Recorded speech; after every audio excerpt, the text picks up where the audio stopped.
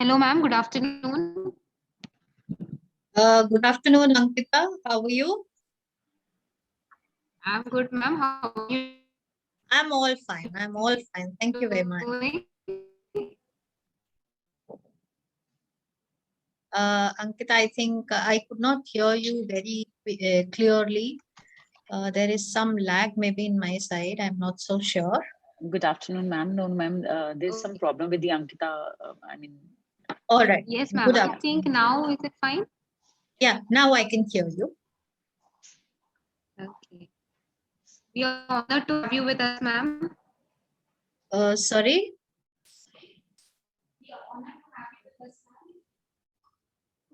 We are honored Ankita, to there have is you some with us, issue. ma'am.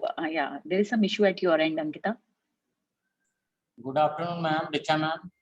Good afternoon, Navneet sir. How are you? I'm fine. How are you?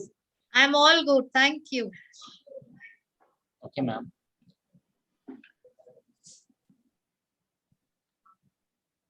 So do let me know when to start, right? Yeah, ma'am, we'll start in 2 minutes. Yeah. The participants are joining. Right. Thank you. I hope I'm audible now. You are, Ankita, but I think your voice breaks in between, but otherwise you are on. Okay, fine. I was just about to tell ma'am, we are honored to have you with us. Thank you so much. So the pleasure is mine, actually. Thank you for inviting me for this wonderful program. Yes, ma'am. I think Parminder, ma'am, you can take over. Yes, Ankita. We are waiting for the participants to join. So we'll start in another 1 or 2 minutes. It's 2:59, so we'll wait for them and then we'll start.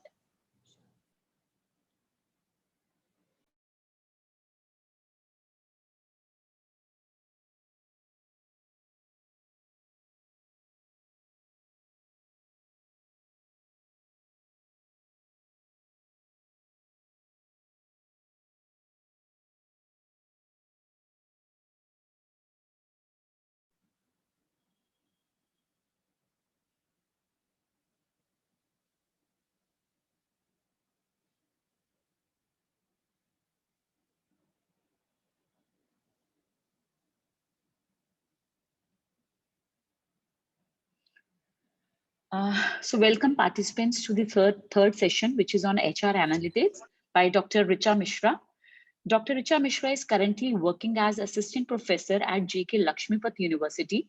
She is also assistant director of the Center for Communication and Critical Thinking at JK Lakshmipat University, where she worked to set up a unique experiential learning space, pedagogy and curriculum to build the interdisciplinary thinking and employability skills in the students. She has designed, developed and delivered courses in the area of critical thinking. She also completed course on HR analytics from IIM Rohtak. She has an extensive teaching experience of 16 years and have conducted several training sessions for employees of leading public and private sector organizations. Presently, she is State President, Ethics Council, WICCI, which is Women's Indian Chamber of Commerce and Industry, Jaipur.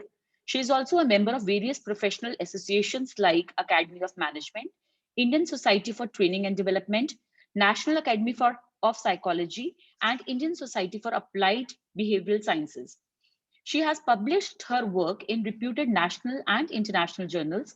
Apart from this, she published an article in National Daily titled Critical Thinking in a Post-Pandemic World in The Hindu on 30th September 2020, and another article on Think Critically in The Pioneer on 29th July 2020, which was also featured in Association of Indian Universities Informative Resource Center in Higher Education Press Clippings. She also won the Best Paper Award in the conference held at Ford School of Management in 2018 and another Best Paper Award in JK Lakshmipat University. Thank you so much, ma'am. It's our honor to have you. So it is over to you, ma'am. Thank you. Thank you, ma'am, for that kind of an introduction. Thank you so very much, and I think it is an opportunity for me to interact with these wonderful people. So as this session is on HR analytics, and first and foremost, I think this is the last session of the day. And I know that it is difficult, the last, being the last part of a long day that you have had. But it would be great if we keep this an interactive session. And please feel free to stop me, to question me wherever you feel like. So I hope my screen is visible to all of you. Is it? Yes, ma'am. All right. Thank you. Right. Okay. Okay. So, analytics is something that we all are talking today. We all talk of analytics. So, the question is, and I would want you people to answer, and this is something maybe you have been, thinking about since morning, since first session of the day. So if you can just let me know why we talk of analytics so much in recent years. So when I say recent years, it is not more than 5 years that we have been talking about analytics so much. So if few of you can respond, that would be great. Any one of you? Because we are moving towards optimization, Yeah. and resources are very rare. So that is why now this data analytics and all is important very much now. Okay. So if I have understood correctly, the reason that you think is this is something which these are typical courses not taught so much, and that is why we talk of analytics.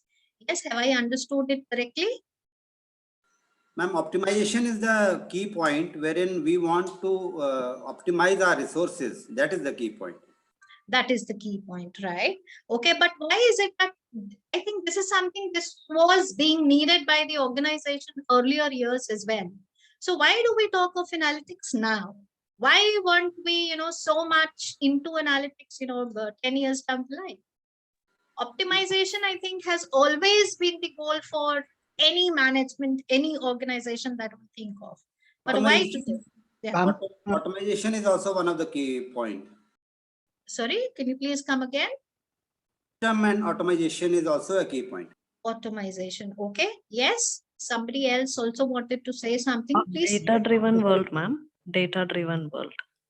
Data-driven. We are in the data-driven world. Yeah. Yes. Yes. So that is one thing that we hear of late. Data-driven. So what do we actually mean when we say data-driven world? What does that imply? Why data-driven? Ma'am, typically there are multiple touch points where you can capture the data now in today's times. So that's why they call data as fuel. And when you talk about analytics, you simply mean that you're leveraging the data to gain some competitive advantage over your competitors, which is called sustained competitive advantage. So when I talk about analytics, I mean, I'm using data, leveraging it to maybe forecast certain, or predict certain outcomes beforehand, which can enable my company's adjustment to the changing environment is what I suggest in terms of analytics. Yes. Okay. All right. So when you say competitive advantage, I do understand when we talk of marketing analytics, I do understand finances. Why are we talking about, HR analytics, which is basically, it is more about handling the emotions and behavior of the people. So what is it that analytics is going to do in a field like, HR? Why do we talk of people analytics there?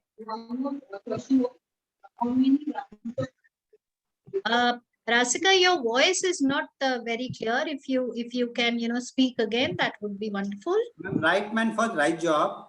So that is why HR is very important. Right man for right job. Okay. All right.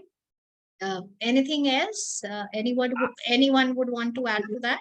Ma'am, when analytics, yes, when you talk specifically in terms of HR analytics, I would, because humans are considered as assets. Now you need to retain them. You need to ensure that the satisfaction levels are high so as to achieve that goal. The goal is nothing but achieving higher, so-called getting certain forms of advantages through utilizing of those human assets within the organization. That is where I think HR analytics can play a major role, ma'am. Wonderful. So I think the moment you say it is all about achieving the goals, I think it is all about achieving organizational goals. And so I am also a professor like you, and when I teach HR to the students, the first thing that they say, ma'am, it is all about keeping the employees happy. There are students who do make statements like this. But the matter of fact is, it is important for the employees to understand that you will be kept happy till you are contributing to the growth of the organization. Right? So it is, an employee is taken care of only and only if that individual is, in one way or the other, is contributing towards achieving the organizational goals. That is wonderful. I think somebody raised hand, so please feel free to unmute yourself and speak. Very good afternoon, ma'am. Good afternoon. Yeah, this is Mamta Chawla. Actually, I'm a marketing faculty, but once I taught measurement in human resource. Okay. And that really changed my perception about human resource being a soft science. There's a lot of metrics involved. In case I'm proposing one training program, so I have to do some type of analysis, the training requirement and the money the HR is going to spend or propose, how it's going to get benefited in terms of increased revenue, in terms of performance. So there were so many metrics, and I'm not sure how analytics is going to help. So overview is I'm aware, but practically how companies are employing, this was the reason I joined this FDP. Because theoretically telling the students, this is soft metrics, hard metrics, number of leaves undertaken, employee turnover, all these things, saying and having a software for the same, I think these are two different things. So any HR person who is really working in the company, they are in a better position to explain what type of softwares are they using for the same, where they are talking about employee performance, workers, depending upon the industry. This is my perception about this particular area. Of course, of course. So I think by the end of this whole 2 hour, we will be able, I mean, I'll definitely share few of the softwares that are being used specifically in the area of analytics. Okay, so let us proceed further and feel free to stop me wherever you have any question.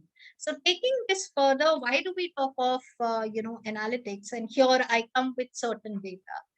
So at this point of time, we do believe and we do understand that there is an ever increasing hype around big data. And it is not just only hype. This is how the world goes. So if you, at today's time, if you are going to, search these terms, you will see that in past 5 years, it has tripled. Then if you talk of what are the skills that the organizations are looking for, analytics, predictive analytics are in high demand. So 68% of the organization look for these skills in their employees. Okay, so when we talk of HR analytics, it has its roots in what we call as business intelligence and business analytics. So business intelligence and business analytics is, so I'll say business intelligence is something which we were using, the organizations were using. So it was in 1960s that people started taking stock of how A impacts B. So causal relationship of certain things were being tested, researched since 1960s. And when you talk of, organizational behavior and HR, I'm sure all of us are aware of Hawthorne studies quite long back, wherein the research did, present and evidence that certain structural changes in the organization makes an impact on employee behavior. So this is where it comes from. This is where it has grown year by year, decade by decade, and from business intelligence to business analytics has been our journey. We would only like to see what is the difference between these two.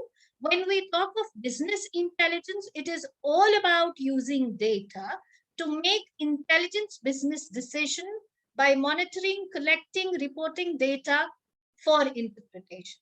That is one. So when we talk of business intelligence, it has always dealt with reporting data. When we talk of business analytics, it is all about predicting the future pattern that can be, that you can see in the organization based on the current data. When you talk of business intelligence, it helps organization to filter through existing relevant data and decipher trends and patterns, and to actually find solution to current problems, current situation. However, when you talk of business analytics, it is predictive in nature. What can happen, which we conclude based on the current data that we have. So, the answers that you get when you are using business intelligence is what happened, what was the trend. So it is all past tense. When you talk of business analytics, it is all about what will occur again, where is the trend going, what will happen next. And I think the philosophy to this analytics is any and every individual on this earth is always curious and will always be interested to know what lies ahead. And that is where it becomes important. We talk of organizations surviving in future. So I think the emphasis is all on how can you make your future better. So when we are answering this question, so future is something, if you talk about my future, maybe it is difficult for me to answer at this point of time.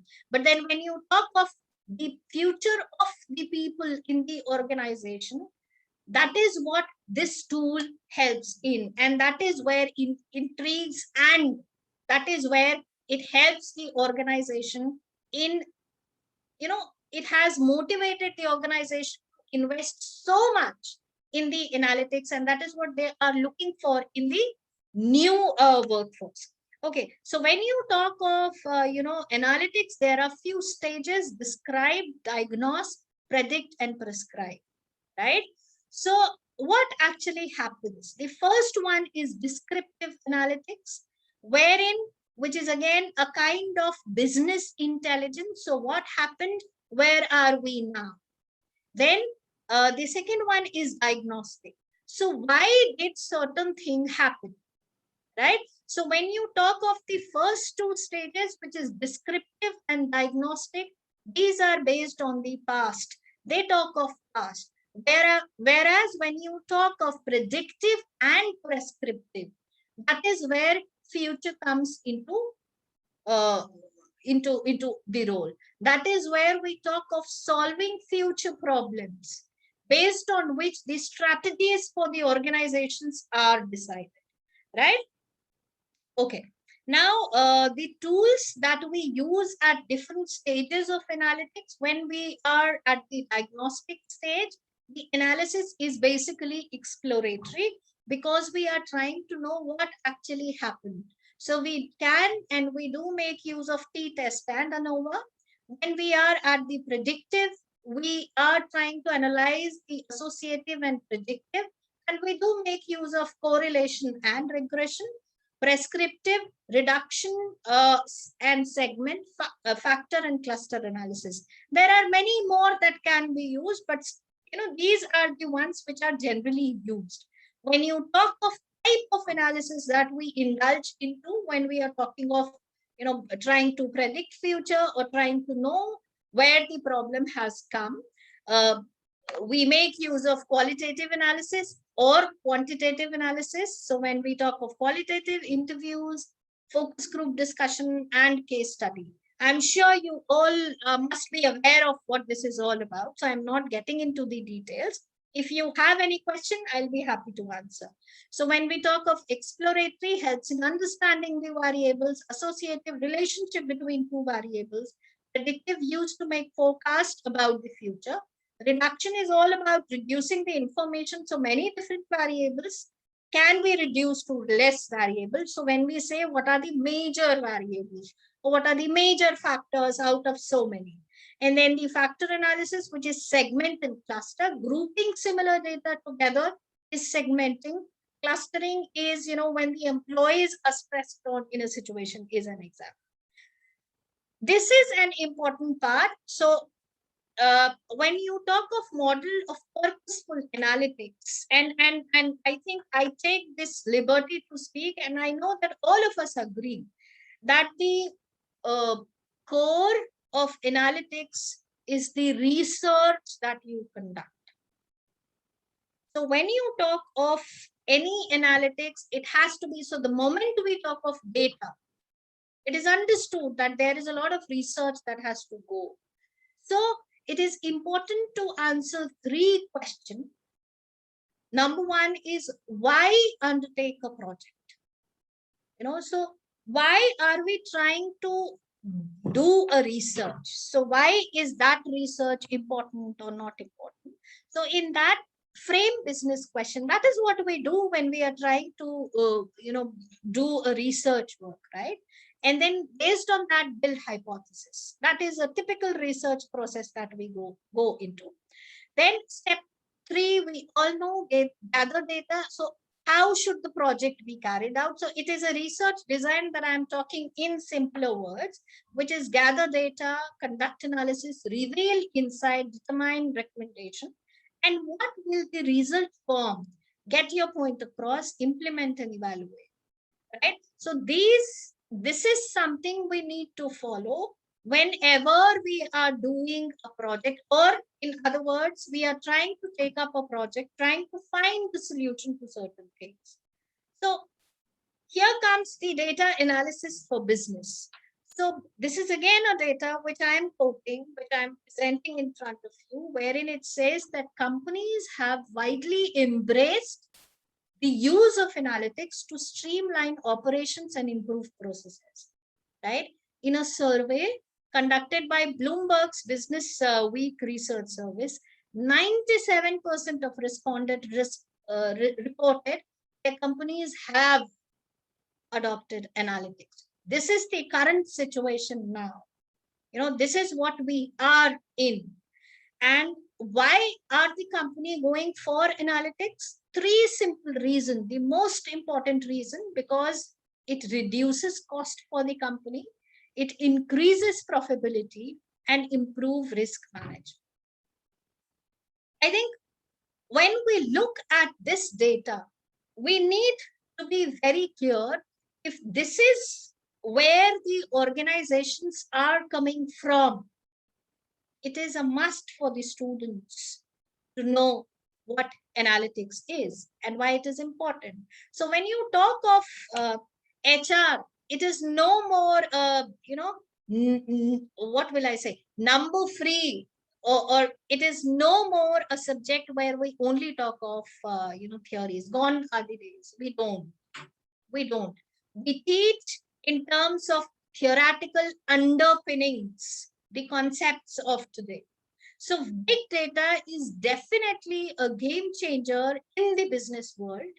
We need to accept and acknowledge, because that is where we are going to bring change in the mindsets of the students, right? So companies are starting to wrap up their digital transformation, and we know that the digital transformation of organization in last 2 years has been more than what it was 10 years back, right? So the result being a huge surge in the demand for data analytics.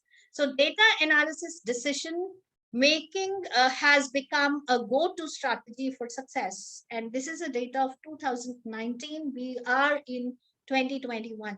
And this is something which is prior to the pandemic, if I can say so, right? So when we say this increase in digitalization of the organization's work culture and work style, we know where we are vis-a-vis where we were, right? So data analysis is giving small businesses the opportunity to be even more competitive through the use of analytics. That is one. Artificial intelligence and machine learning are disruptive technologies that are revolutionizing the landscape. Now, again, a trend, Big data has become adopted by more companies in recent years. We have seen an increase from 17% to 59% in just 3 years. So that is the kind of investment that organizations are making towards data analytics, right? And this is where HR analytics or teaching the students analytics becomes an important part. So what is it that is expected of workforce? So improving internal processes with data is what they are expected to. So when a problem is identified in whichsoever field, this is generic. This is whether it is HR, finance, marketing. This is generic. This is what is expected of any workforce at this point of time. So professionals with an analytic backgrounds are capable of answering questions such as, what was the cause of problems, which is nothing but reporting. The first part, the first phase, descriptive part. Then why did that happen? That is the diagnostic part. What will happen in the future? What is the best way forward? So in today's time, it is not enough to just identify the problem and leave there. So this is a problem that I see in my department. It is expected to come up with solution, the current solution, and what would be your action when it happens in future. And that is where analysis becomes an important part of our skills. So the other part is managers need to know and be able to explain why, what, and how it is doing, what it does. So you need to get into the core of every problem that you see in your workspace. That is an expectation of employees from employees, right? It is reasonable that when one asks for resources, there is a need to explain. It is imperative. If I am saying that this is a problem, I also need to say why this problem occurred, right? Because that intends that actually creates the value, and if in absence of supporting data, the management will shift focus to those tasks and activities which generate value to the organization. So let us be very clear on one thing. Whenever we talk of HR, till date, again, I'm just asking and you may answer. How many of you have come across CEOs who were heading the HR departments of the organization? If yes, can you name a few? CEOs of the organization, at one point of time, who has worked in the HR department of the organization? Have you come across a name like that ever? Please feel free to answer. Any CEO that you know was in the HR department? Mohan Das Pai. Mohan Das Mohan Pai. Das Pai. And he is a CEO of? He is currently heading Manipal higher education. Yeah, correct. And anybody else? Anyone else that you can recall of? That is where the fact lies. So as of today, we need to understand that till date, the HR department of the organization is struggling to become the strategic partner of the organization. So the moment I say the strategic partner, it is all about, does it contribute to, increasing the revenue of the organization? Does it contribute to, bringing in new things in the organization? So that is where the HR stand. The moment we talk of HR analytics, that is what the shift might be. When you talk of data, and I'll come up with an example why I'm saying what I'm saying. So whatever we have seen as of now, I think for all of us in the academics and in the education world, it becomes a mandatory that the student must be trained in analytics. There is no other option. And when I say analytics, this is a fact, finance student do get into analytics, marketing student do get into analytics. But when you talk of HR student, they say, ma'am, I'm not very comfortable with numbers. And most of us are on the same, thing, including me. Years before, it is difficult for me to, I'll say, analyze an Excel data at times. And that is where it has to shift. That is where it has to change. So if you do not train, or if we do not train our student to become data scientists, so be it any field, marketing, finance, HR, anything, they will not be making meaningful contribution to the organization in today's time, right? The role of HR in today's time has changed. It is not the same. And this is a cliche statement that we make for HR. We were personal, now we are HR, and it keeps on changing, right? So the moment we talk of HR analytics, let us be very clear. It is all about using data to inform first, transform second, and empower HR decisions, right? So how are we taking that? How are we making use of the information? Are we making use of those information for futuristic things or not? So when you talk of HR analytics, it is defined as the area in the field of analytics that deals with people analysis and applying analytical process to human capital within organization to improve employee performance and improve employee retention. That is one part of it. It is a data-driven approach to managing people. We all know that, data-driven approach. What data are we talking about? Where are we getting these data from, right? So it is also known as people analytics, workforce analytics, or talent analytics. And it revolves around analyzing people's problem, using data collected to answer critical questions about organization. Please remember. So organization here is at the center, is at the core. The analytics in HR involves the application of statistics, modeling, and analysis of various other employee metrics. So there are many employee metrics that are being used. We decide which one for which problem to improve business outcomes. So remember, here we are talking about business outcomes and not only making people satisfied. And that is where what we talk of HR at times, it is all about keeping the employees happy. So I only make a statement, keeping the employees happy, not at the cost of organization. That is how organization looks at it. That is how it works, right? So HR analytics doesn't collect data about how your employees are performing at work. Remember, I think that is important.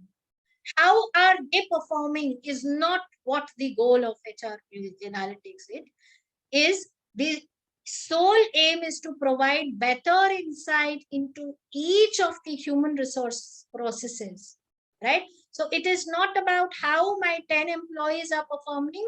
It is all about what is it about each of my individual in the department. So can I predict that when is this employee going to leave? That is what HR analytics deals into. Yeah, it is micro and macro, both. Gathering related data and then using this data to make informed decision on how to improve these processes. So when you talk of HR analytics, and here are a few questions that are answered. How high is your employee turnover rate? Do you think this is a difficult question to answer or not? Is it a difficult question to answer? But this is something we can answer a little easily. What do you say? Yes, I think Abhishek wants to say something. Yes, ma'am, I think we can. How high is the employee turnover rate? We definitely can. There are multiple exit interviews that companies keep, and they can keep a track of the employees leaving. Correct. And the calculation can be done. That should not be a problem, ma'am. Okay. In fact, I wanted to pose a question that in today's times, a lot of organizations are using human resource information system, which are called HRIS. HRIS, yes. Yes. Would that be a software that deals with HR analytics is what my question was, ma'am.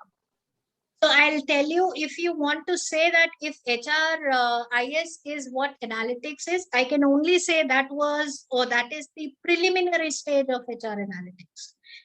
So HR analytics is far beyond HRIS. Yes, HRIS is where data can be stored. But is HRIS the only tool or a tool that can help you predict is something we need to look at. When we talk of, so HRIS, I'll say that is more of, business intelligence part. However, when you apply certain statistical tools, it becomes more of analytics. That is what I would want to, put across at this point of time. Thank you, ma'am. Thank you very much. Got the point. Right. Okay. So I think when we look at these three questions, the first question is the one which is easier to answer. The second two are little difficult to get an answer for. And that is where analytics comes to picture. All right. So this is important to keep in mind. The role of HR manager is changing. This is something we always talk of. We had talk of recruitment. Then traditional, it was, so the questions that were posed is, I need to recruit manager. How? Currently, I need to recruit a manager. How do I know who will best fit? The third one is, can you recommend the best fit people to me in advance so that I have a ready bank of suitable candidates?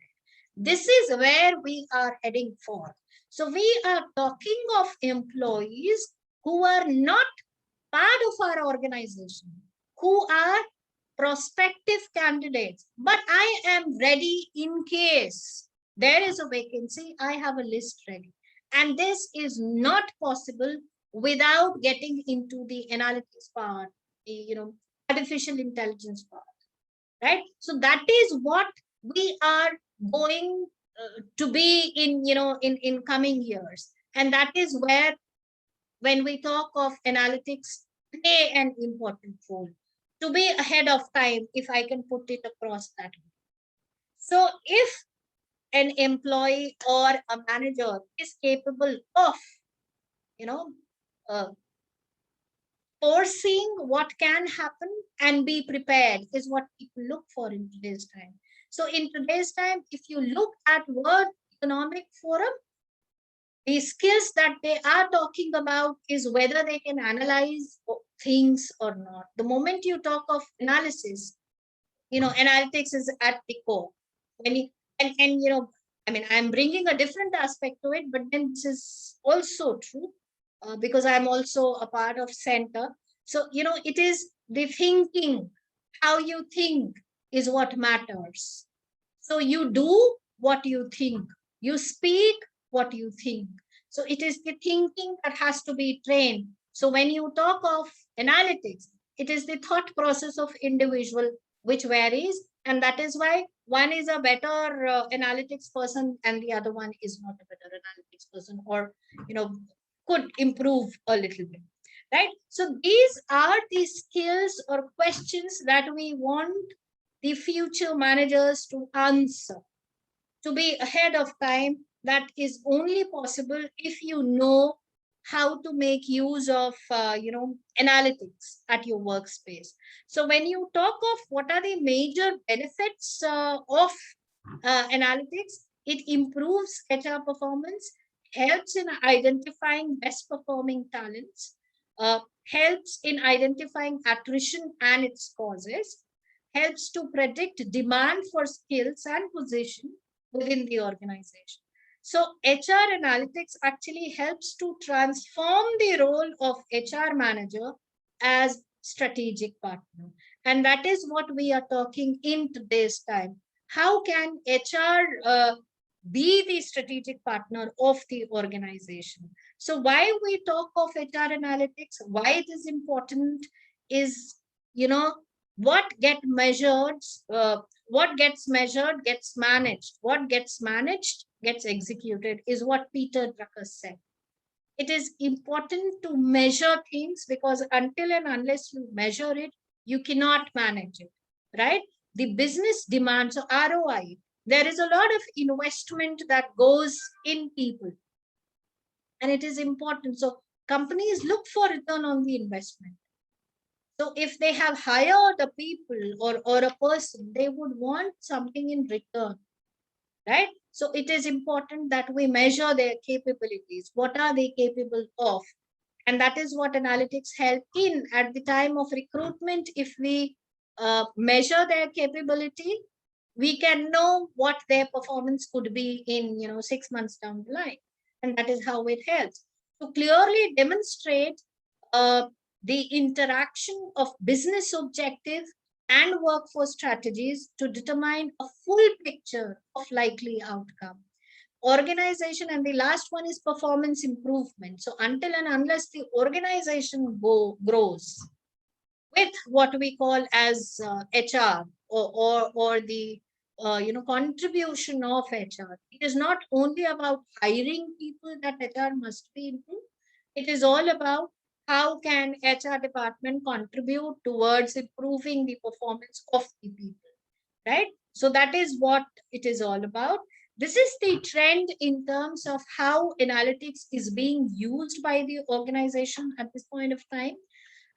So we do see that descriptive analytics, 38% do simple reporting at this point of time. 36% do advanced reporting.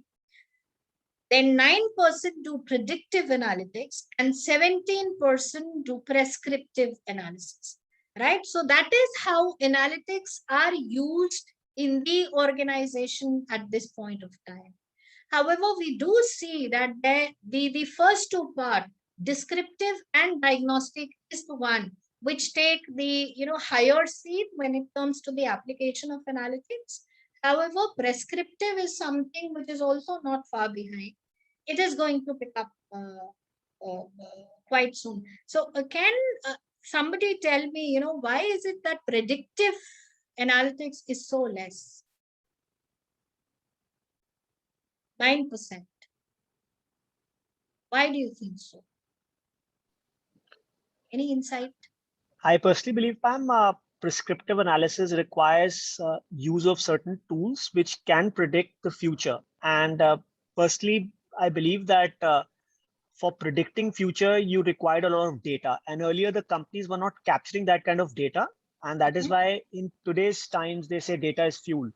So logically, I think with the capturing of data and with the concept of big data analytics as it is used as a buzzword now, I think this should increase with time. But as of now, I think the so-called, I think not many people are well versed with those tools which are used for predictive analysis. That is my take on it now. So how come prescriptive is more if predictive is less? Yes, I think two people have raised their hand. Mamta? I think because of there are very less cognitive domain, analysis and tools. So human mind is complex, so that is why predictive is little bit less. Okay, so you, Anupamji, you are saying that there is a dearth of data and tools for predictive analytics? Prediction? Because the cognitive domain is not well researched. Cognitive domain is not well researched. And human minds are very complex, ma'am. Okay, I do agree. Okay. Yes, Mamta, you were saying something? Yes, ma'am. I think regarding customers, still we can predict the way they reduce their maybe coming to the store or ordering.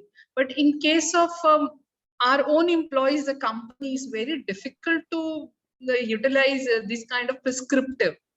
So we do have so many policies for the employee welfare and work-life balance and so So I don't know how this analytics is going to help us to really be in prescriptive mode. So in HR case, in employee case, I am not really sure. This is a current situation. So this is something how companies are utilizing, but to be very practical, how you can predict your employee is going to leave. Okay. So is it the CLs or ELs or medical leaves he or she is exhausting with? That is an indicator, or the performance is an indicator. So how analytics get really collects that kind of data? That is my practical question actually. I think in your question, you have also, picked a few variables and matrix. So when you said the leave, yes, leave is one matrix of predicting how much your employee is susceptible to leave the organization or stay with the organization. That is one factor. There are many. That is one. Okay. I think Soumya also raised. Yes, ma'am. Yes, ma'am. I want to add on to the points. Ma'am, in predictive analytics, basically we are making use of the data to predict the future and to do forecasting and all. Ma'am, for marketing, till now, all the companies are focusing about their marketing data. They are taking the data from their CRM systems and they are capturing their customers' data to offer them better offerings and to predict for their sales, to predict the nature, like to to stock up the things and all. In marketing, predictive analytics is being used, but in HR, currently till now, companies were not so much focused on doing predictive analytics. Okay. Nowadays, with this COVID pandemic, now companies are investing in their HRIS systems, and now they have started keeping track of their HR data also, of their employees' data also. And based upon that, in future, we can see that this predictive analytics, this 9% can increase. And nowadays, for employee engagement, employee empowerment, nowadays the data is being used and it can help the companies in shaping up their policies, in redrafting their HR policies. So in future, predictive analytics is, now they have started making use of this through HRIS systems. Okay. Okay. All right. So you are suggesting that this is going to pick up in the coming year. Yes. However, as of now, the organization's focus was not towards, the predictive part of it. That is what you are suggesting, right? Yes. Okay. All right. So I will only want to add to what you people are saying, taking from, I do not remember his name, but then I'll take from this discussion, wherein, yes, it is difficult to understand the mind of people. And that is why we say that in organizational behavior and HR, nothing is absolute. Everything is contingency based. So, we think differently and hence behave differently. We are different, diverse people and hence, diverse behavior. And that is why it is quite a lot difficult in that point, that aspect. But my question to that is, don't you think that customers are also people? So if you can predict the minds of customers, why can't you predict the minds of employee? Is there a contradiction somewhere? Ma'am, because an employee is working in an organization, wherein organization atmosphere is also affecting the employee. Okay. However, market is guided by majority of the cost, analysis, and how your life is easy with that, commodity. So here, if you are good, but your organization is very, very rigid and not open, so you may leave. But if your organization is very, very versatile and flexible, so you may in less cost also you may live there. Okay. So you are trying to bring in point that organization culture plays a role. Yes, organization culture plays very vital and big role. Okay. All right. Okay. All right. So employee satisfaction also plays a very important role. Employee satisfaction, employee engagement, and if the employee is not satisfied, he will look for other job opportunities. He will come to the organization, but he will look for other job opportunities. Even though on superficial level, we are seeing that employee is coming to the job, he is working. But measuring of employee satisfaction plays, I think, an important role. Of course, yes. Of course, it does. It So does. that is why I said, ma'am, organization and employee mix is very important in HR. However, in market, the market is driven by what you say, the cost factor and the ease of your life. Okay. So that is what plays a role when you're talking of customers, right? Or market. When it comes to the HR part, there the type of supervision is also matters, ma'am. The type of supervision as well as the way like various labor laws part and various HR policies part, that is also important. That ensures their satisfaction, that affect the satisfaction level. How those things are implemented, successfully implemented. Correct. That is also matters. Okay. All right. Okay. Anything else that anyone would want to add to this discussion that we're having? Ma'am, I want to add one more point. Yes, Soumya. Like, ma'am, for customers, what we are doing is we are continuously capturing their data. We are taking customers' feedback. We are working on the customers' feedback. And in organizations, I have seen nowadays it has come up, but earlier it was very few organizations in which employees' feedback was taken and it was actually worked upon. Even though in HR policies, the companies are there that we have a open and transparent policies we have and employees can ask. But regular employee feedback will also, I think, add on to this. Okay. All right. Okay. Ma'am, I believe organization culture is very important factor. Now, if even employees are not paid, but if the culture is good, even that employee will remain in the organization. Okay. So I believe organization culture is very, very important in HR. All right. Okay. Okay. So I think in the coming slides, I'll definitely touch upon the organization analytics and how, it has what it is basically. That is what I will be discussing. Okay. So what we see here in this screen is typically the data, how analytics are being used by the organization, by the HR department of the organization. So the HR department is using analytics. 38% of their usage is simple reporting, which is descriptive. 36 advanced reporting, which is, also trying to find out diagnostic part. So causal analysis. Why is certain thing happening? Predictive, what will happen is where, there is not much. 17 is prescriptive, wherein we do say that what can be done. So if we have the diagnosis, we also suggest and come up with recommendation, right? Okay. All right. So here comes an important part of HR analytics. Since you people have been saying that there are many factors that plays an important role, whether employee stays with the organization or leaves with the organization. That is actually, those are the important factors or variables that leads to employee behavior. So what we try to understand at this point of time is what HR metric is.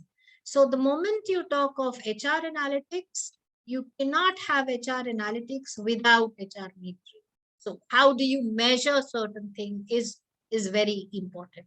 So HR matrix basically are the indicators that enable HR to track and measure performance on different aspects and ultimately predict the future, right? Okay, so can we actually talk of 2 or 3 processes that an HR manager has to do in the organization that they have to look into very minutely? 2 or First of 3? all, ma'am, Yeah. they have to see the qualities of an employee, Okay.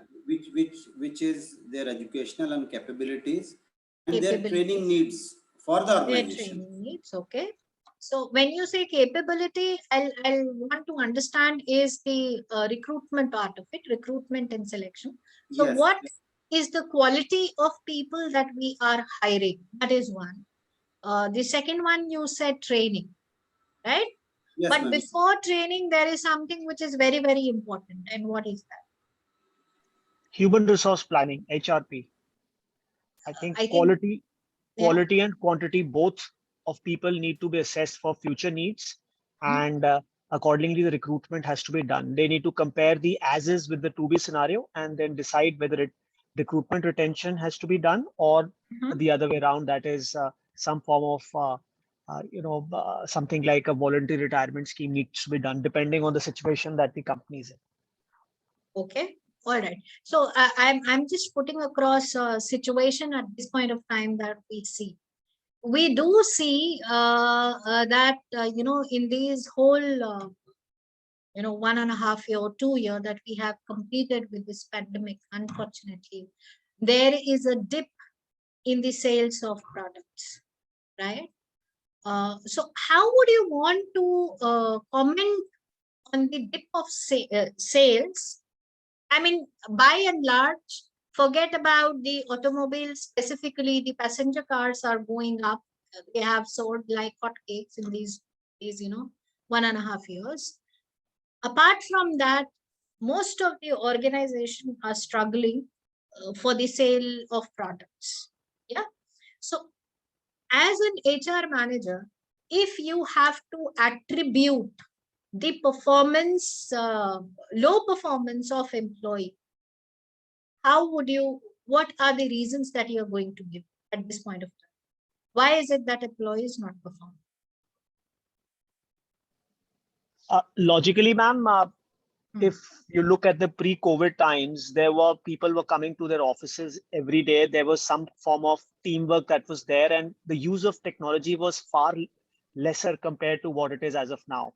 So if your manpower, let's assume, is not trained to use technology and leverage technology, so that could be one of the reasons where your performance of an employee might fall down. So that is one parameter, that is your ability to use technology in today's times is something that is a deciding factor. The other is, I think, your motivation levels, because when you work in a team, there is a concept where face-to-face interaction kind of motivates you. So your absence in terms of working as a team together physically is also another reason which can be a result of low performance of teams in today's times. Okay. So you are saying one is lack of motivation and second is the untrained and unskilled employees is what is leading to, low performance in the employee? Yeah, specifically in terms, technology, specifically in terms of use of technology, and that is what is causing sales dip. Ma'am, I differ with this low performance. Why? Because of that markets are closed and sale is not there, and then the feedback loop from the customer is not happening. So it is not entirely the HR failure. It is a failure of the loop wherein you don't know what is the demand in COVID period. So that is what we cannot say only the HR is a failure. It is a fail of a full loop which is closed when it is not a COVID period. Okay.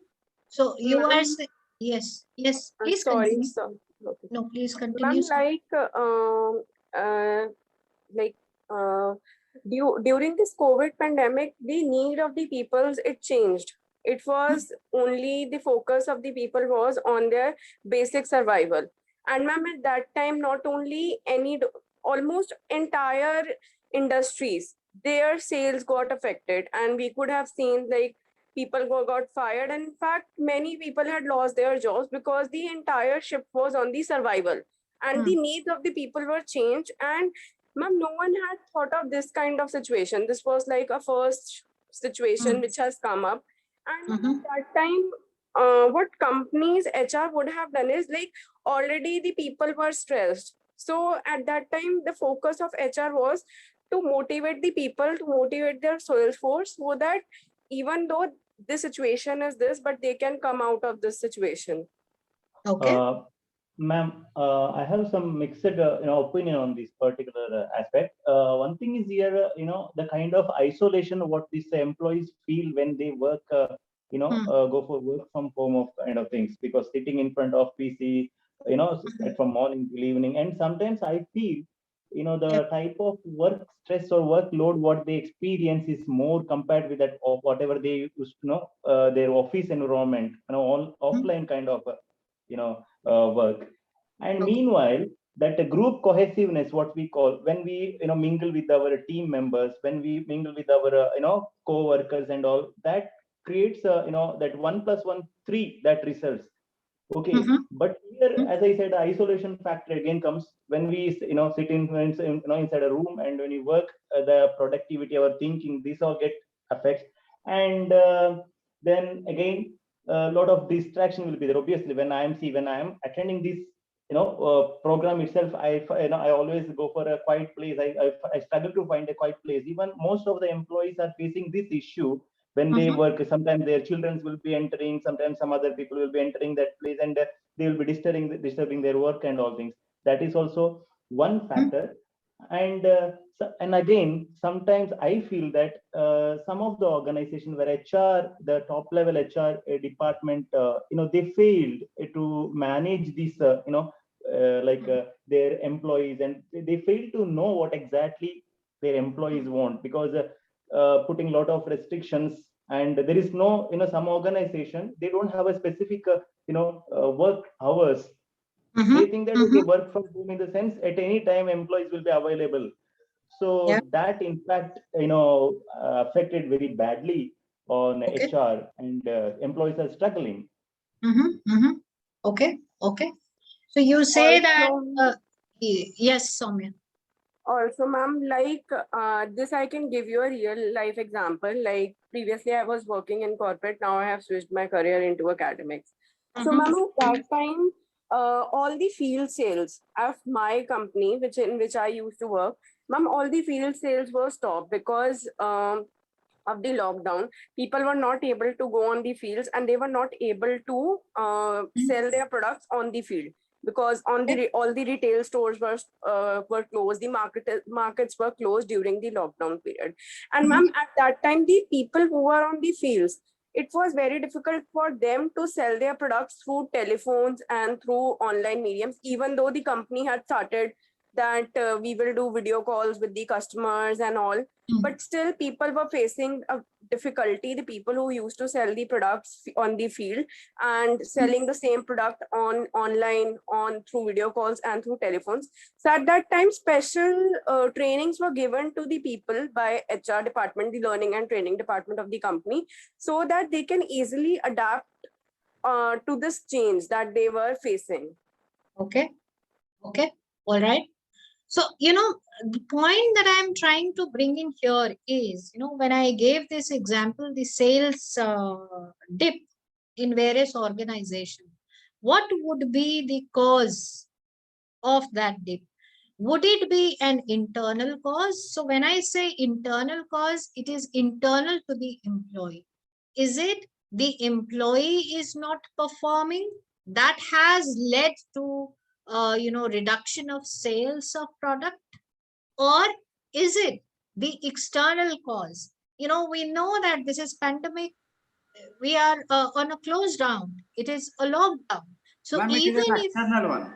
It is an external one. it is an external macroeconomic factor. Yeah. So if it is an external one, as an HR, what training are you going to plan for that employee? So external is because there is a lockdown, and that is why sales are not picking up. We all know that, right?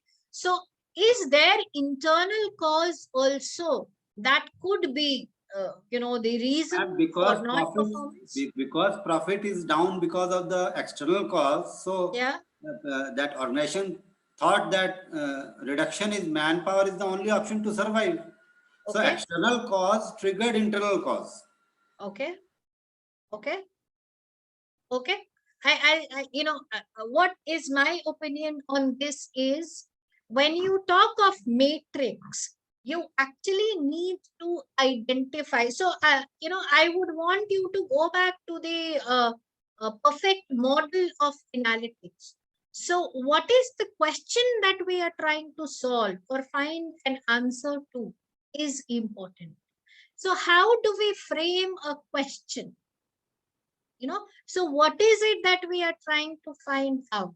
Is the question is that we try to find the reasons for the dip in sales, or the question is that the employees are not performing? What is it that we need to find out is what gives you the result. So until and unless you frame that objective of your project or research properly, your any data or the data that you get might be flawed. So if you do not frame that question or objective, we as researcher, most of us have done PhD, we know this. So when you talk of matrix, that is where it comes from. If you want to quantify something, it is important. What is it that you want to measure? Then only you can quantify it. Otherwise, these are just general statements, general, things that you could see otherwise as well. Okay. So when you talk of matrix, they are different measurements that are used to show the value of HR functions provide to organization. So when we talk in numbers, so when I say when the HR department talks in number, that we conducted a survey and out of 100 employees, we could see that 84% of our employees have low morale. They are demotivated. That makes sense. That is what rings a bell in the minds of the management. If you say, our employees' morale is low, how much? How many? If 1% is low, I don't care. It is still fine. 99 have high. So that is why if you want to bring value to the HR department, HR system, you will have to quantify and talk in terms of data and numbers. That is where matrix play a very important role when you talk of HR analytics, right? So HR matrix actually demonstrate how effective the efforts of HR departments are to the overall success of the organization.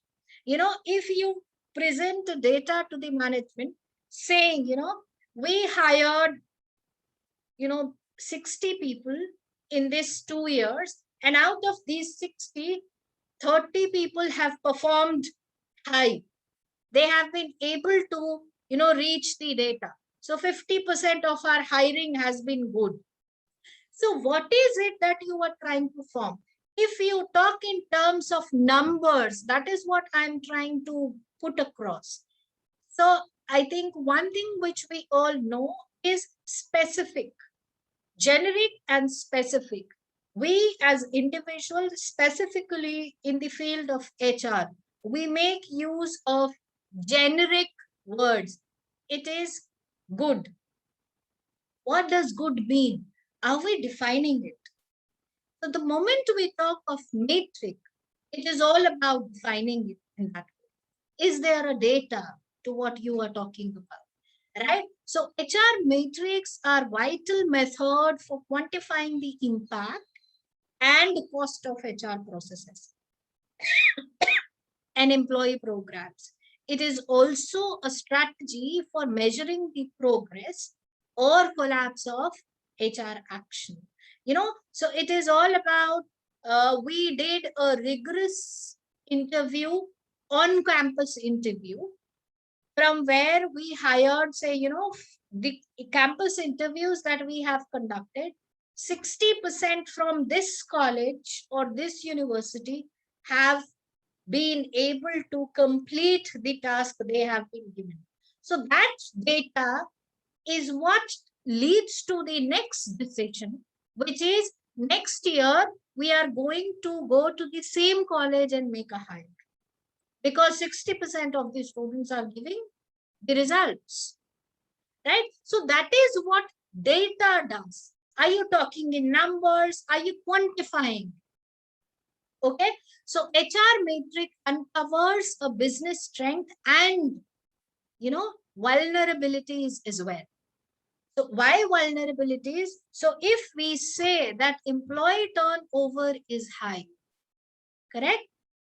To find the answer why employee turnover is high, you will have to take factors from the organization, yes or no.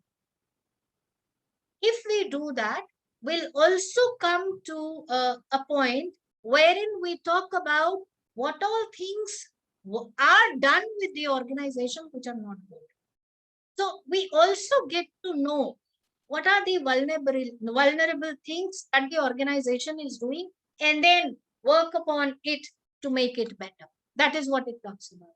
So simply put, metrics are a way to quantify, measure, and track key performance indicators in an organization, right? So HR matrix shift focus from administrative to strategic. So HR responsibility is not just administrative. That is what today's organization talk of. It has to be strategic. It has to contribute to the profit of the organization. It has to contribute to the growth of the organization. That is what today's HR talk of. Seat at the table. So when I say seat at the table, it is seating with the higher management. So as of now, most of the company's decisions are between the CEO, CFO, and marketing. Yes, and HR to baad mein. So as of now, the matter of fact is the HR departments are informed, that this is the decision that has been taken. Please help to execute this decision. However, when we are talking of HR analytics, the emphasis is that HR is also a part of what decision you take and why are you taking certain decision. Why that decision? Based on data. That is what it says. So focus on revenue, profit growth, market share, productivity, etc. That is what HR metrics is trying to do. So HR has direct impact on data-driven decisions. Data is the key, is what we are trying to put across. And when you say data is the key, that is where matrix is all about. That is where it lies. So let us understand the connection between organization and HR analytics. So it is the same. An organization has a specific strategy, so must HR. It is important for the HR department to work towards achieving the organization strategy. If not, that is where the problem comes.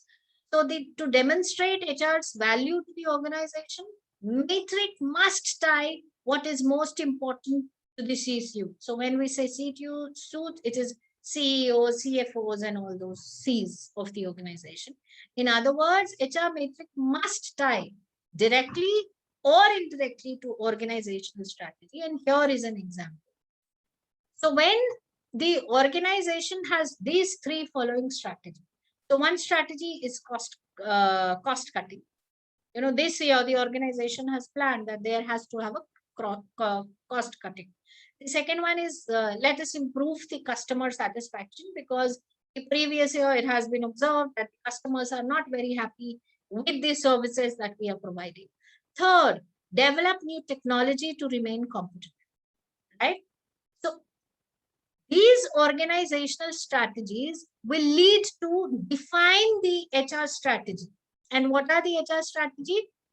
Decrease recruitment cost. That is what simply means. If the organization has decided cost cutting, the HR will have to look at the cost cutting at their end by decreasing the recruitment cost.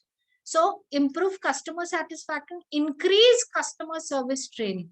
That is how an HR must see. Develop new technology to remain competitive, source and hire better talent. That simply means people who are good at technology, who are good at tools, right? how these HR strategies get converted into matrix. So they say if the strategy is that we need to decrease the recruitment cost by how much? Let us decrease the cost by 20%, right? Increase customer service training, increase the performance level of whom? Employees, right? Source and hire better talent. Percent of new hires performing above average by the end of first year.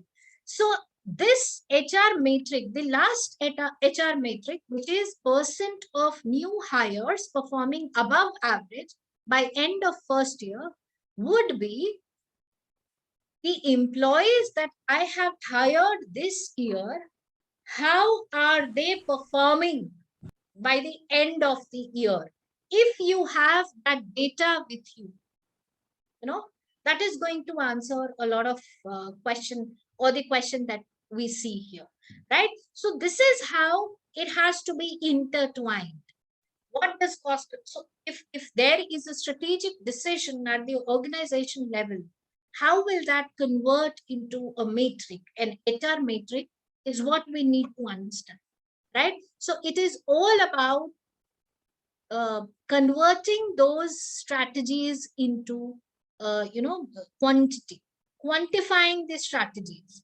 Okay, so here you see important HR matrix, and this is something by the AIHR Academy that the organization make use of, and there is a link shared. So if you go to these links, you will find the detailed description of what each of them means and how that is used in identifying the performance of the employee, right? And I'll share this link with you so that you also have that idea. So out of these, I would want to discuss about, so before that, there are many HR analytics that the organization talk about, but I have here what brought in 5 major analytics that organization make use of.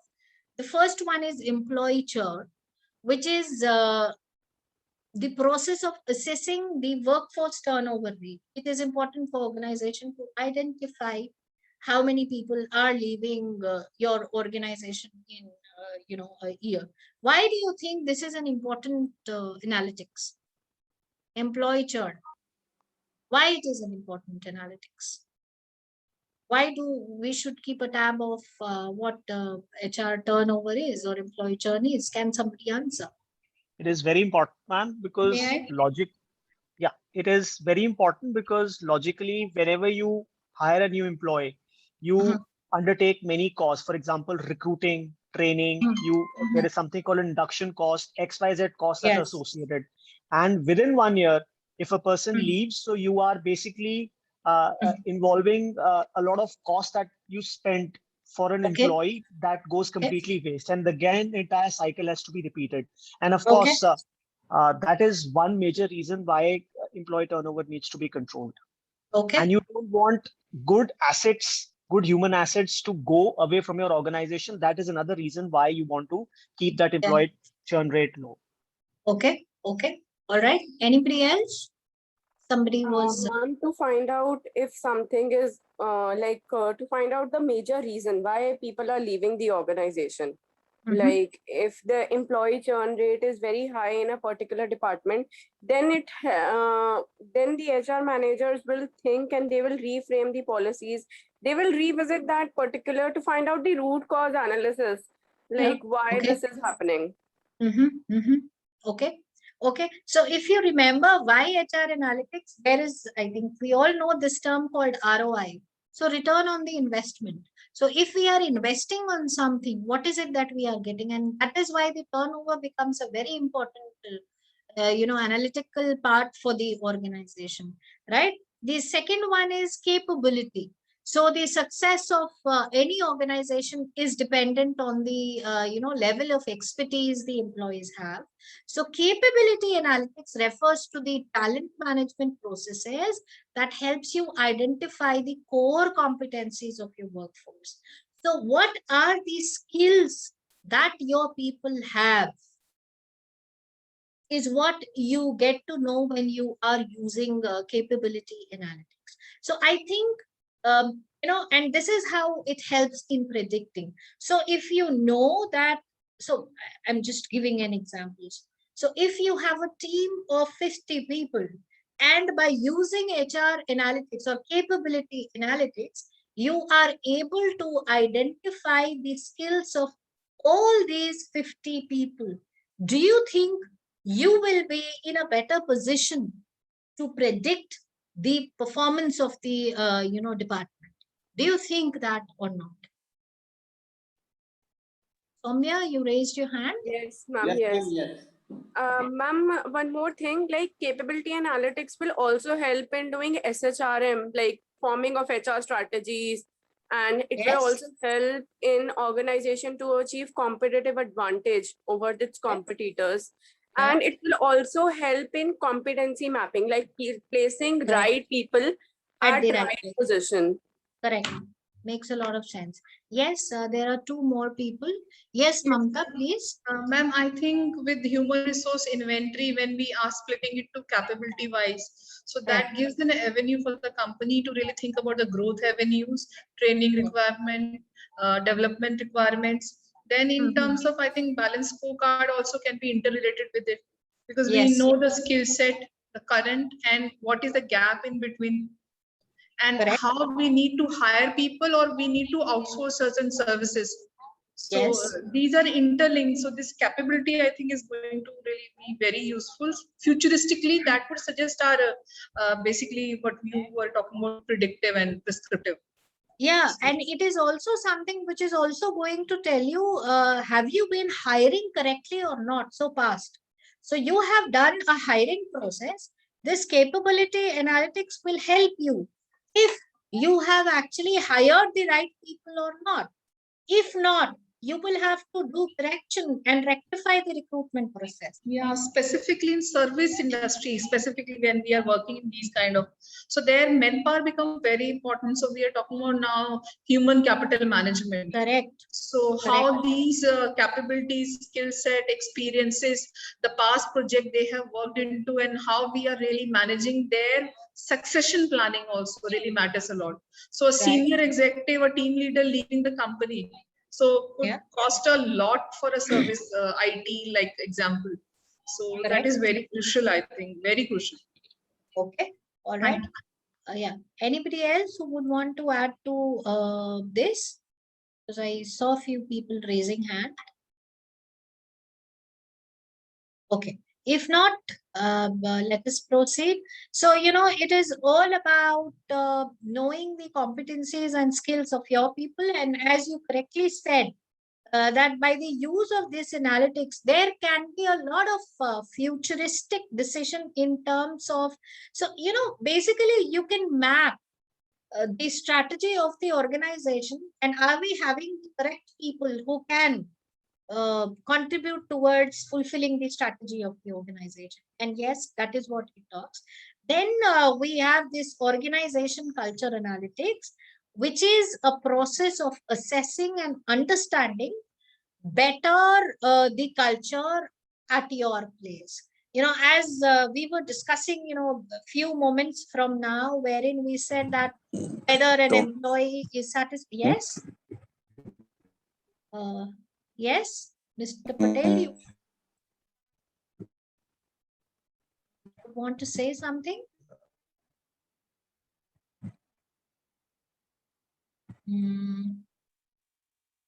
इसका क्या करना है वो जो उस दिन meeting में बैठे थे वो फॉर्म कर रहा था. I think Mr. Patel, you might have to mute yourself. Then I have muted. Okay, thank you very much. Yes, please. Ma'am, how would we collect data about organization culture? How can you collect data on? Because to apply analytics, we need data. So how about the culture can be having data which we can collect and interpret as analytics? Organization itself define its culture. Like organization is open or organization is closed or organization is punitive, organization is what you say generative. So organization in its vision document organizes its own culture. It is not data, it is a vision statement in wherein organization has to say. Okay. Yes, sir, exactly. So these are open statements. So these are most of the time static. Like vision, we don't change. We may change the mission over a period of time. So how it's going to get But interpreted say in suppose organizations say we are open, but in their policies and in their what is a behavior they are not open. So then employee will say, no, you said it is open organization, but now you are behaving like a closed. So I may leave. Anybody from the group would want to share few insights on how organization culture can be measured? Anyone? So I think we are 72 out here. So anybody would, if you would want, because we know a lot of researches are being done on organization culture. So if you talk of HR, OB, there is a lot of researches. Okay, so Mamta, I'm asking one question and you may want to respond to this. Do you think you can know about organization culture by asking few set of questions or not? Yes, ma'am, we can classify like this term sir has used like flatter organization. So centralized, decentralized. So I know about classification. Okay, so but based on those classification, can certain questions be framed? How do we collect data? Can there be questions framed around open culture? Can there be questions framed around the behavior of supervisor? Yes, ma'am, we can frame the questions and we can get the answer from the employee. Yes, and that is how we collect data in this regard, Mamta. Right? Because there are certain parameters, if you combine, is what is going to give you the data for organization culture.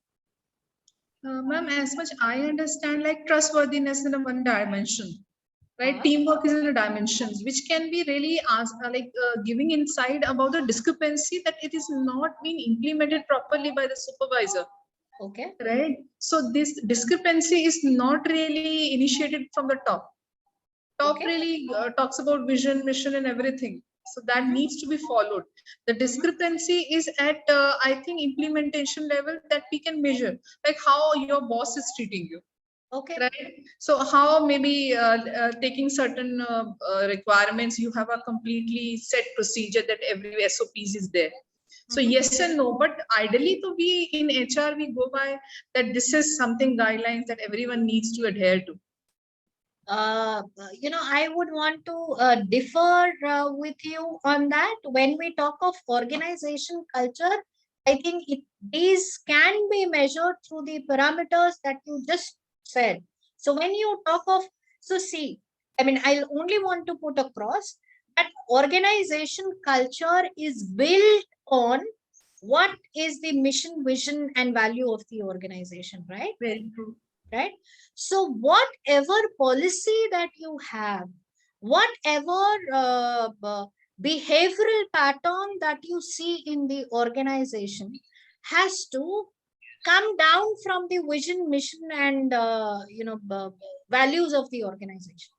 So when you are trying to collect the data in that aspect, you will have to see if whatever questions that you are asking. So suppose one value could be integrity is what is expected in the organization, right? This is one value of the organization. Do you think you can create questions around this? Yes. Survey question. And that is, so if yes, somebody else is also speaking. Yes. Integrity is either yes or no. It cannot be factored like no. Okay. No. I think we can have it is not yes and no. So I think one more thing, my submission is whenever we are talking of research, ideally the question should not be dichotomous. It can never be yes or no. Because why I am saying that, whenever we are talking of people behavior, integrity So it is not black and white. Subjective. It's very perceptual. Yes. So I think whenever we talk of survey or questionnaire, it has to be on a Likert scale. That is how we would want to go. Dichotomous questions are very lower order question and that should be avoided until and unless, these are yes or no question. Right? So I think, so if there is a continuous kind of a scale, we cannot have yes or no. We have to make use of the Likert scale that I'm talking about. So integrity cannot be yes and no. I have integrity in this situation, but when it comes to here, I might be dishonest. That does happen with people.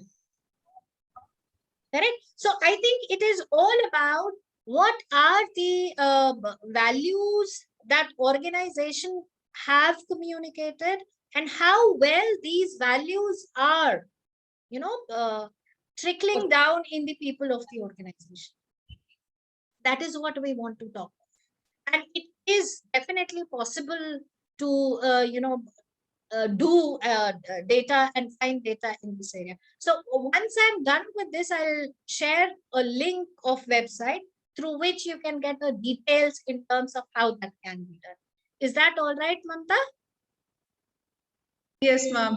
So if I really want to brief what you are suggesting us, that means employees should hold on like satisfaction survey kind of thing. So there can be different dimensions that really assess whether they are implementing the thought strategy properly by the employees, so that they can find the deviations and these Exactly. So, whenever we are framing a scale, so these are social sciences, research that we are talking about. So you will have to break down each values into a set of questions and then ask. That is how we go about finding the organization culture. So I am not sure about Indian companies, like we do go for customer feedback survey. So how do they utilize? So I'm not sure how HR actually utilize, first to implement, design those assessment tools. Number two, how frequently they are employing these type of tools to assess the satisfaction or performance level of employee. Third, then how they're going to really utilize to predict that these are the questions the boss is actually not implementing and the team members are unable to report it directly to HR to really not poison their relation. So some anonymous or some type of system, I'm not sure how in Indian companies is being really followed or implemented. Indian companies, there are open forums of all the organizations, big organizations, where employee give their bottom-up feedback to the organization. Now, if these all bottom-up, feedbacks, if it is analyzed in all the chains, then you can get the feedback about the HR policies.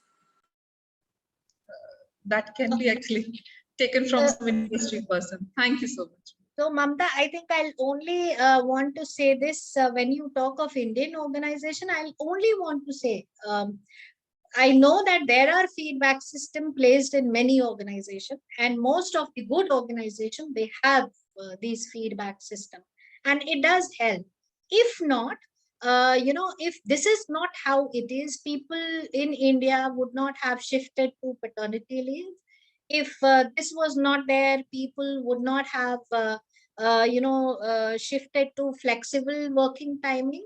If this was not in place, people or the organization might not have created the crash facility for the women of the organization. So I'll not say that all the organizations do have a feedback system, but I can say the organization which are good, it definitely have a feedback system. So I think when you talk of feedback, it is both ways. They take and give feedback both ways. So there are many organizations, and yes, not in the MSME sectors, because MSME sectors are still little unorganized that way, and they don't have that kind of a channel, because they are still, they work for ends to meet, and they are not into that people oriented thing so much. But then yes, there are organizations which does spend and make traction wherever required, but not all. That is for sure. Right? Okay, so shall we proceed further? Okay, so we did talk about capacity, which is the how operationally efficient your workforce is. You know, the first one was capabilities, which is individual skill. Capacity is how, what is the capacity of organization as a whole, capacity of department as a whole. That is what we are talking about. So does that the organizations, this is just an example, specializes in designing clothes, people are spending too many times or meetings, discussions, so what it is all about. So the behavioral analysis is capacity analytics that determines how much capacity they as an individual have to grow. So, as a whole, operationally, how much you are efficient, and then working individually in terms of how much can you contribute to grow yourself. The last one, which I am talking about, is leadership analytics, which is all about analyzing and unpacking various aspects of leadership performance at a workplace to uncover good, bad, and ugly. So all part of it. So what is good in leadership? What is not so good in leadership? Where are the leadership going wrong? So that is it all about.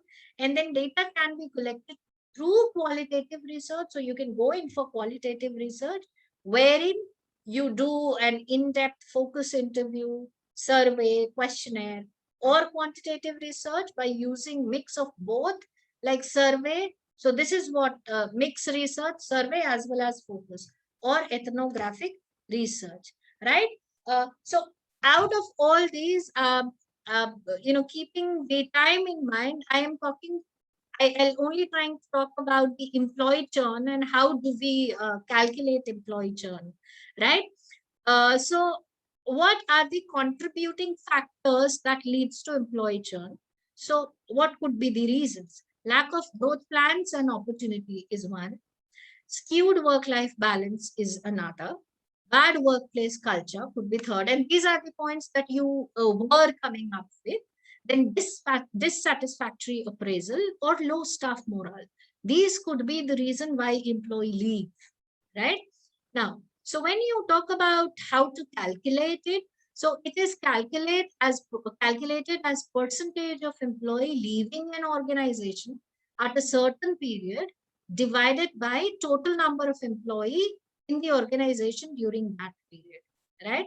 A common way of looking at employee churn is the rate, at times is monthly basis. So calculating every month can be useful in spotting when employee tend to leave in the first year of employment, right? So this is the formula that can be used to find out the employee churn. So if ma'am, you have not catered salary and what you say benefits in this churn ratio. That is also very important. Yeah, that is important. So when I say this, it is also about dissatisfactory appraisals. So appraisal is only for the promotion. Sorry? I'm talking about appraisal is only for the promotions and all, but I want to say that money part and then the quality of life, what you said, but money is very important nowadays because people get money differently in different organizations for the same job. So they also share the job. Okay, so let me, I'm just asking a question. If I know that money is important, but, I think that is again a question which is subjective and it depends on the value system that one has. That is one. And what is the priority at individual at a given point of time? So there can be two places to work. One where you get very high salary, but you have a supervisor who is scolding you every day and humiliating you every day. That is one. The other one is a place where maybe your salary is little less, right? But you are being respected. You are a dignified member of the team. What will you choose in that case?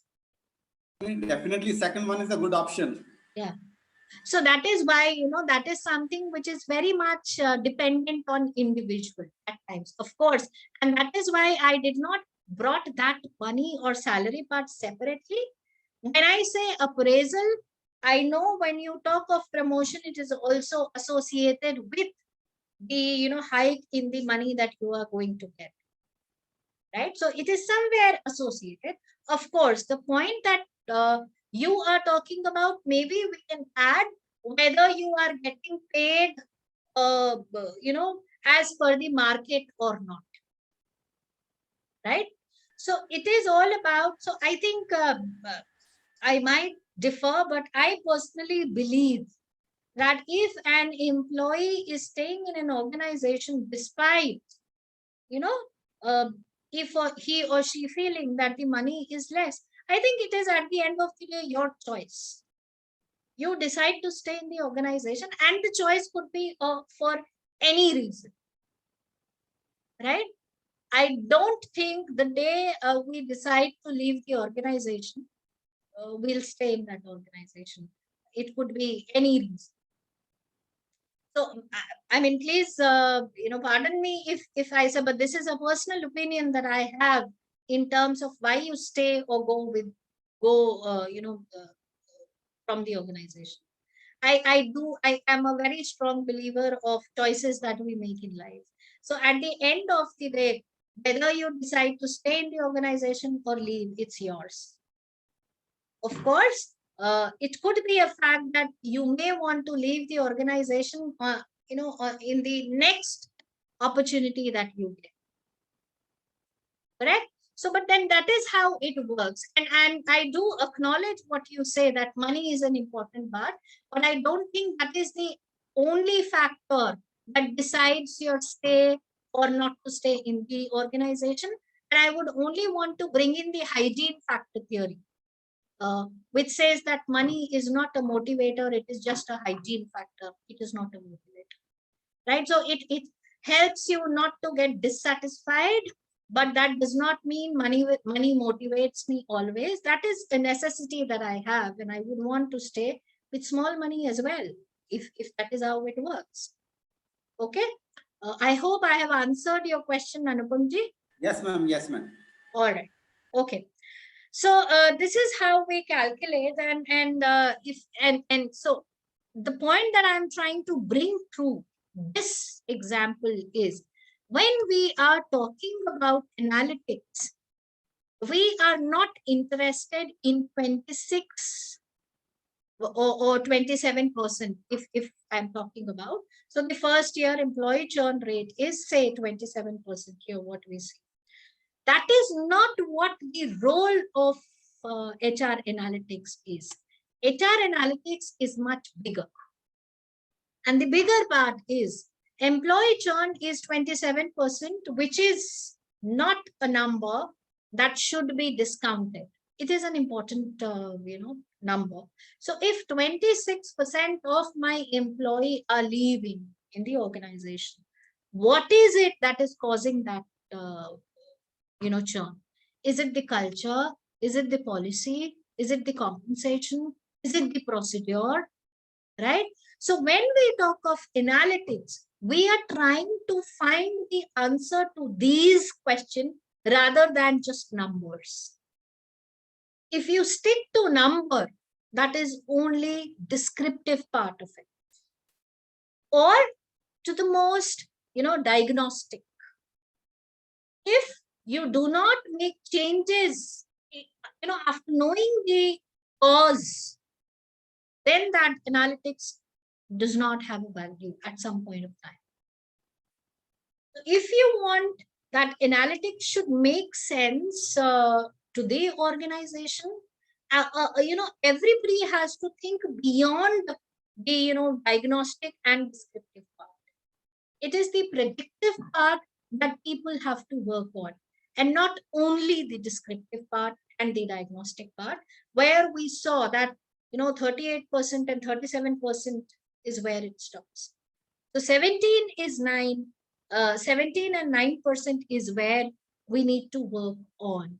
right? So when an employee leaves the organization, and this is what ROI we were talking about, the organization incurs the following cost: time spent on hiring, yes, true, onboarding, a lot of time goes on that, training, getting an employee to accommodate to the organization culture.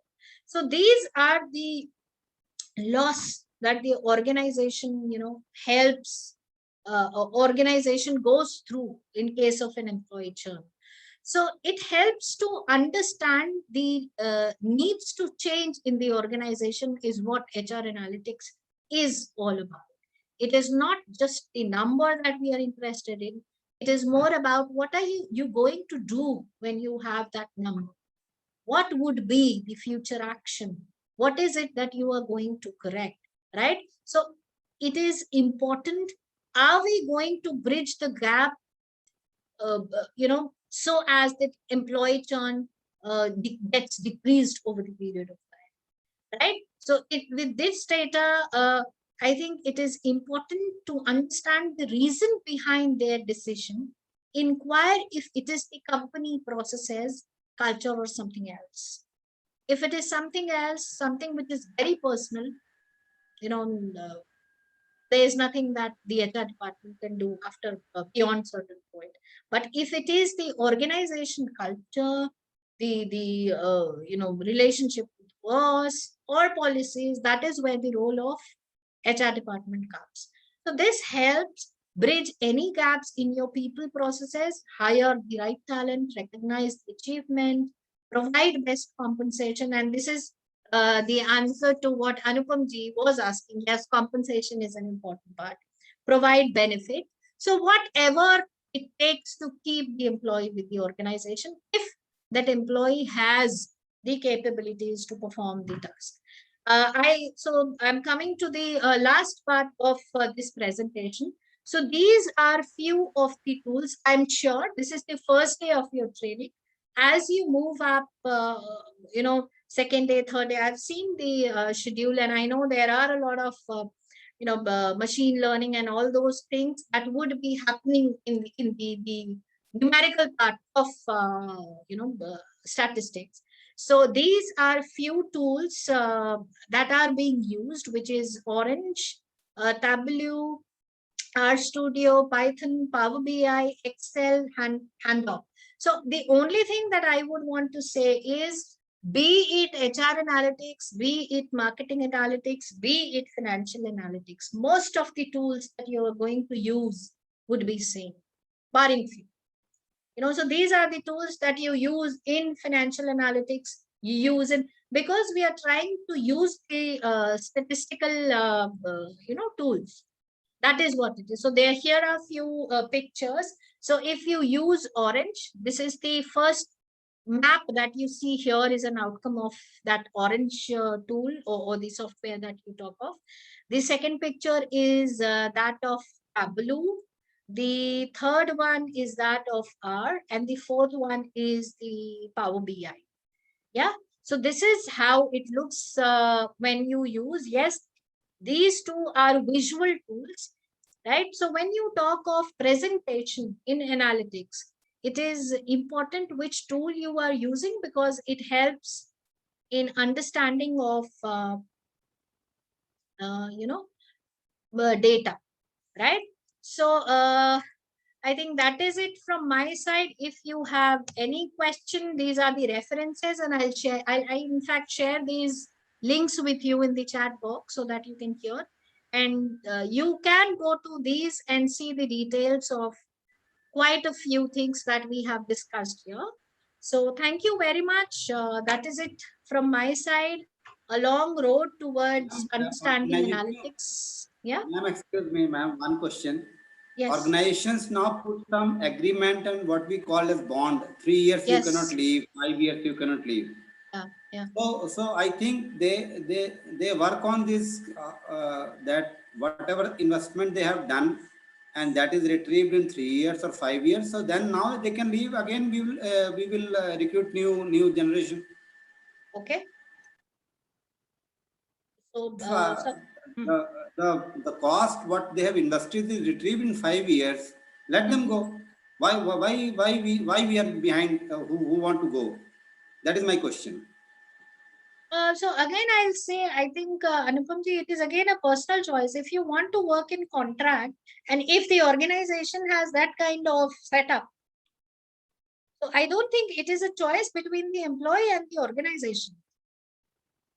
You know, so, but then this is something because many organizations put clause na, that the 3 years bond, 5 years bond. That right. means they are also ready that, okay, if somebody is leaving after 5 years, let him leave. But I think the bond is the cost, the ROI that they are talking about, the time, the training that they have given to that employee, the kind of investment made on that employee is what the bond is all about.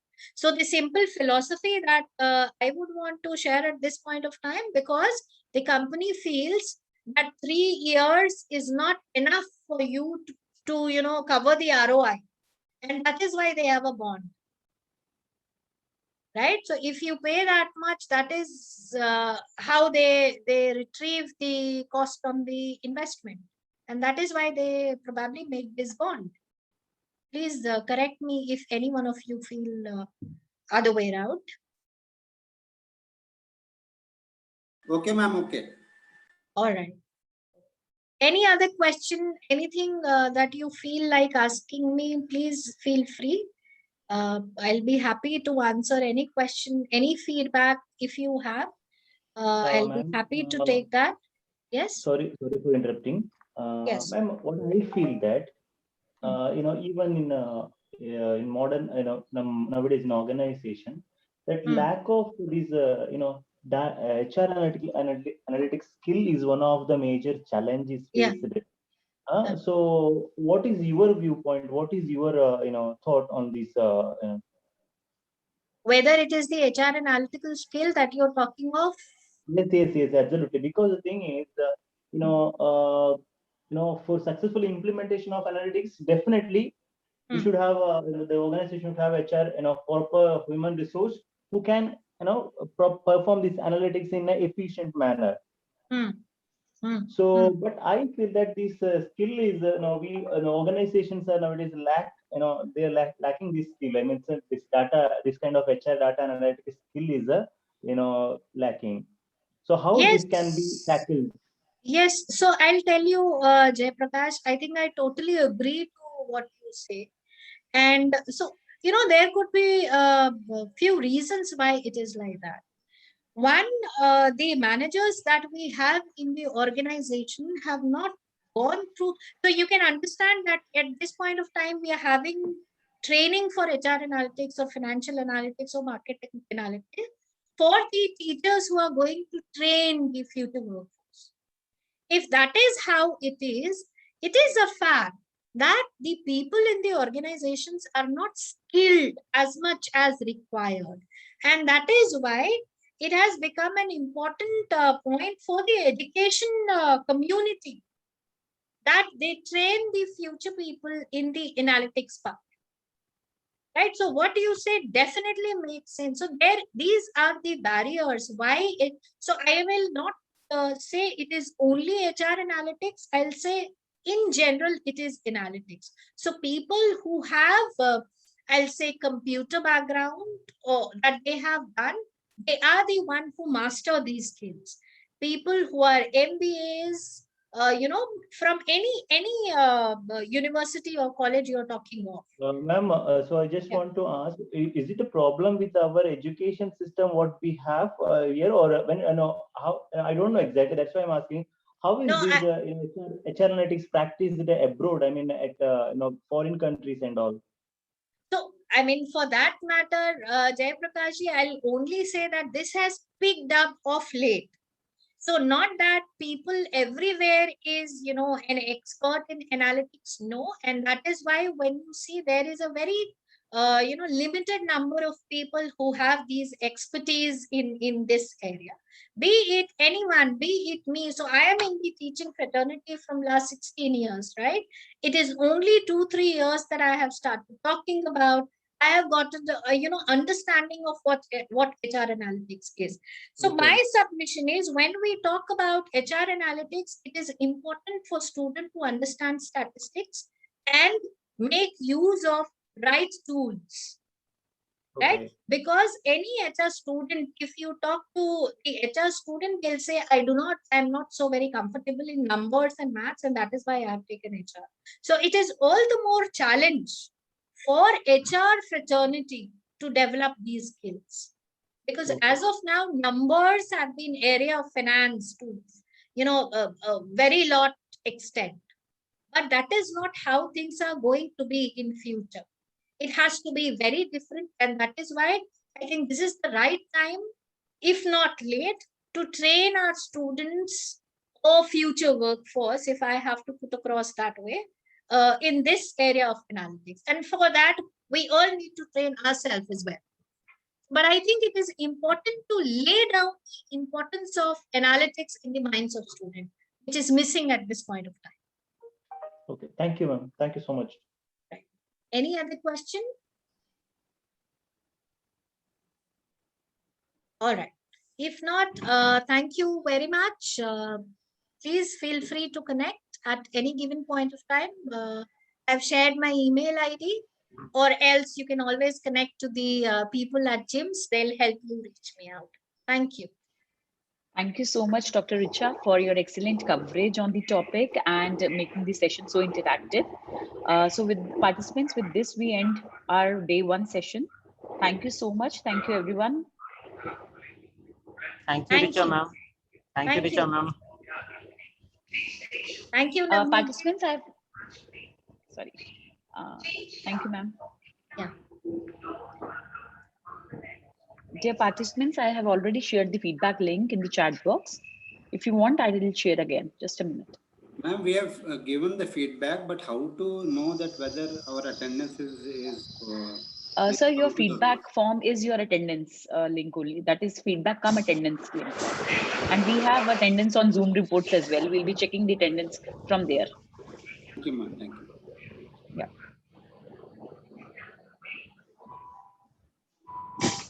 Can I take your leave if that is all right? Thank you so much, ma'am. Yeah, ma'am. Thank you. Thank you very much. Thank you, Navneet sir. Thank you, ma'am. Thank you, ma'am. Pleasure. Thank you, ma'am, for such a wonderful session. Thank you, Jim. Thank you, participants. Thank you so much.